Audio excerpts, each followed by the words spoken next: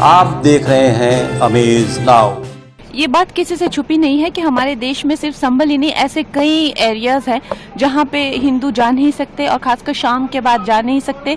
उन एरिया में जो है अपनी तरीके से जो है शारिया लॉ भी लगाने की कोशिशें हो रही हैं और रिफ्यूजीज को लाया जाता है और उनको नकली आधार कार्ड, वोटर आईडी, तो ये तो खैर किसी से छुपा नहीं है।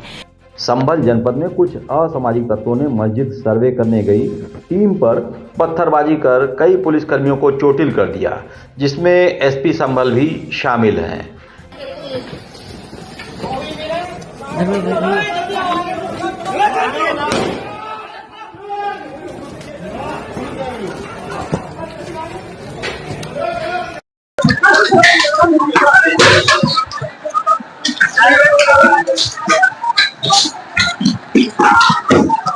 सर हटो, खड़े हटो।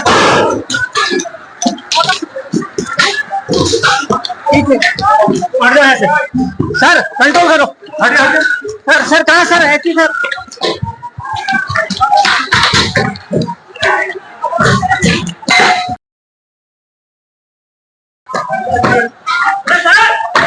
हटो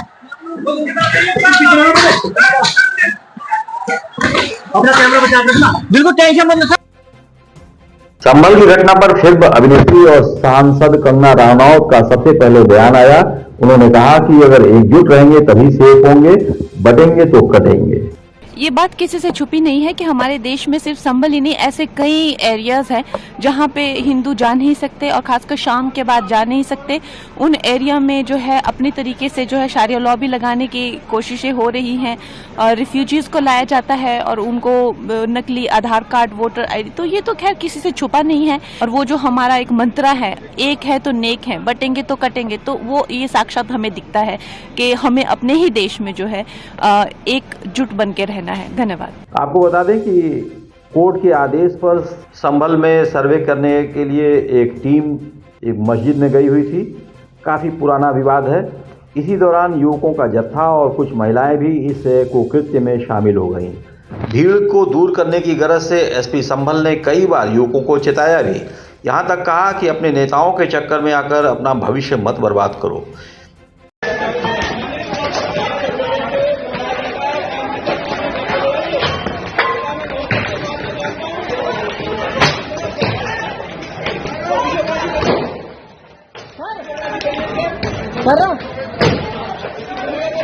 क्यों सर? क्यों सर अंदर है ना आप?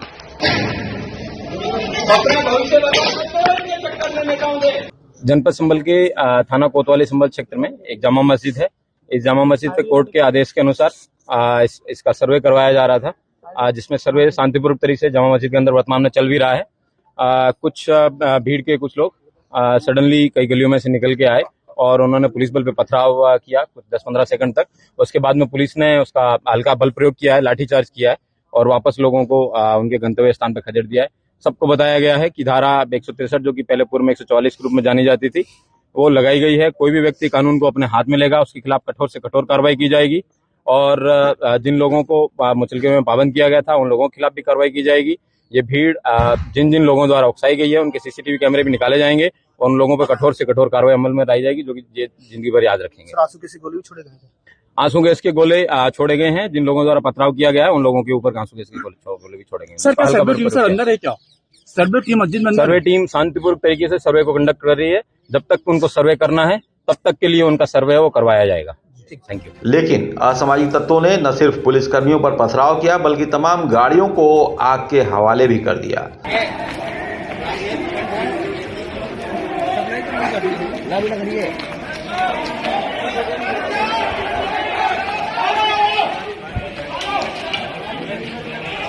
बदले में पुलिस को कुछ राउंड फायरिंग भी करनी पड़ी।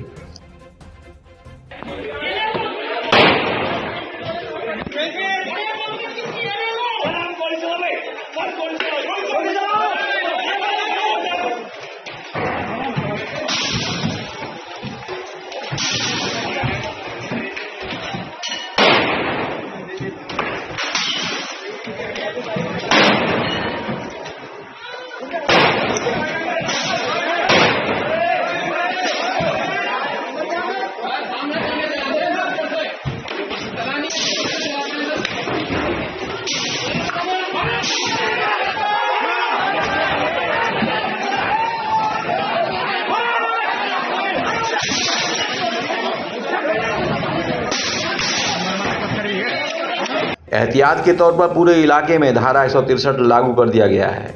इंटरनेट सेवा भी रोक दिया गया है। बताया जाता है कि इस आपाधापी में 3 लोगों की मौत हो चुकी है। पत्थरबाजी की घटना पर मंडलायुक्त अनंजय कुमार सिंह ने बताया, देखिए, ये आज जो कोर्ट के आदेश है, यहाँ पर 7 बजे से 11 बजे तक सर्वे का यहाँ प्लान था और सर्वे चल रहा था और पीसफुल सर्वे चल रहा था। 7 बजे टीम पहुंच गई थी। इसी दौरान कुछ लोग इकट्ठे हुए जामा मस्जिद के सामने नारेबाजी करने लगे और नारेबाजी के उपरांत वहां पुलिस की सुरक्षा थी, पर्याप्त सुरक्षा थी। कुछ देर बाद उनमें से लोग पथराव करने लगे। पुलिस ने फिर उन्हें खदेड़ा तो बड़ी भारी संख्या में इकट्ठे हो गए। भारी संख्या में तो क्या 2-3 हजार लोग रहे होंगे जिन्होंने पथराव शुरू कर दिया। और उस पथराव के बाद जब पुलिस ने आंसू गैस के गोले छोड़े तो उनमें से फायरिंग भी छत पर से की गई। उनकी पहचान की जा रही है कि कौन कौन लोग थे उसमें। उसमें हमारे कुछ जवानों की को भी इंजरी आई है। वहां पे जो लोग खड़े थे उनमें से कईयों को इंजरी आई है। फिर पुलिस ने बल प्रयोग करके सब तितर बितर किया। जो सर्वे की टीम थी अपना सर्वे का काम करके वो निकल चुकी है।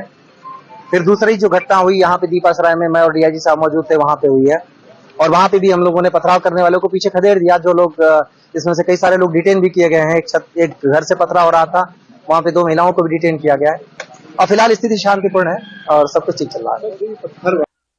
संभल की जामा मस्जिद के संबंध में कोर्ट ने सर्वे का आदेश दिया है और आज सर्वे की टीम गई थी सर्वे करने के लिए, तो उसमें कुछ लोगों ने लोगों को भड़का दिया और उकसा दिया, जिसकी वजह से वहां पर पथराव और तोड़फोड़ की घटनाएं सामने आई हैं।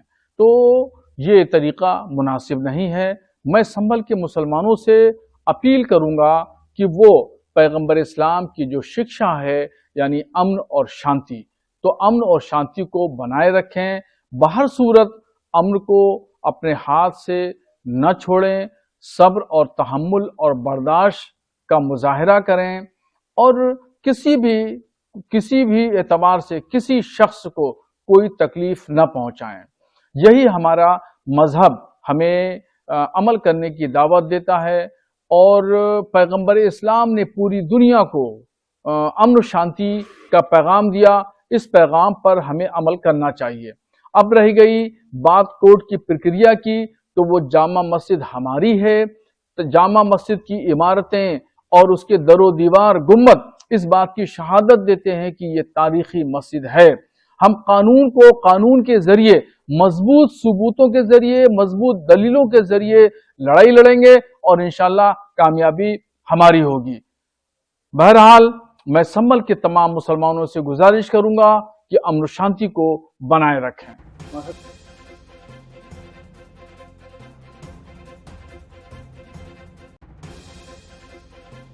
बने रहिए अमेज नाउ के साथ।